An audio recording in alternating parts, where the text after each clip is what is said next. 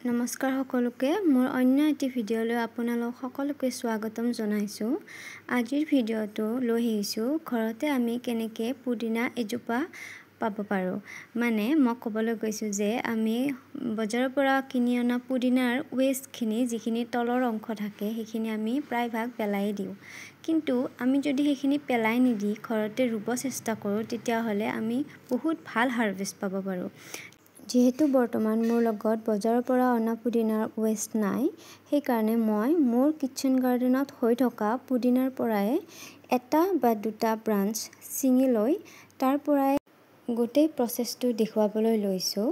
সেইকাৰণে মই দুটা ইয়াৰে ব্ৰাঞ্চ ছিঙি লৈছোঁ আৰু তাৰ পাছত মই এটা খালী গ্লাছ লৈছোঁ আৰু গ্লাছটো মই ট্ৰেন্সপাৰেণ্ট লৈছোঁ, কিয়নো ট্ৰেন্সপাৰেণ্ট ল'লে আমি ৰুট ডেভেলপমেণ্টখিনি বাহিৰৰ পৰা অবজাৰ্ভ কৰিব পাৰিম।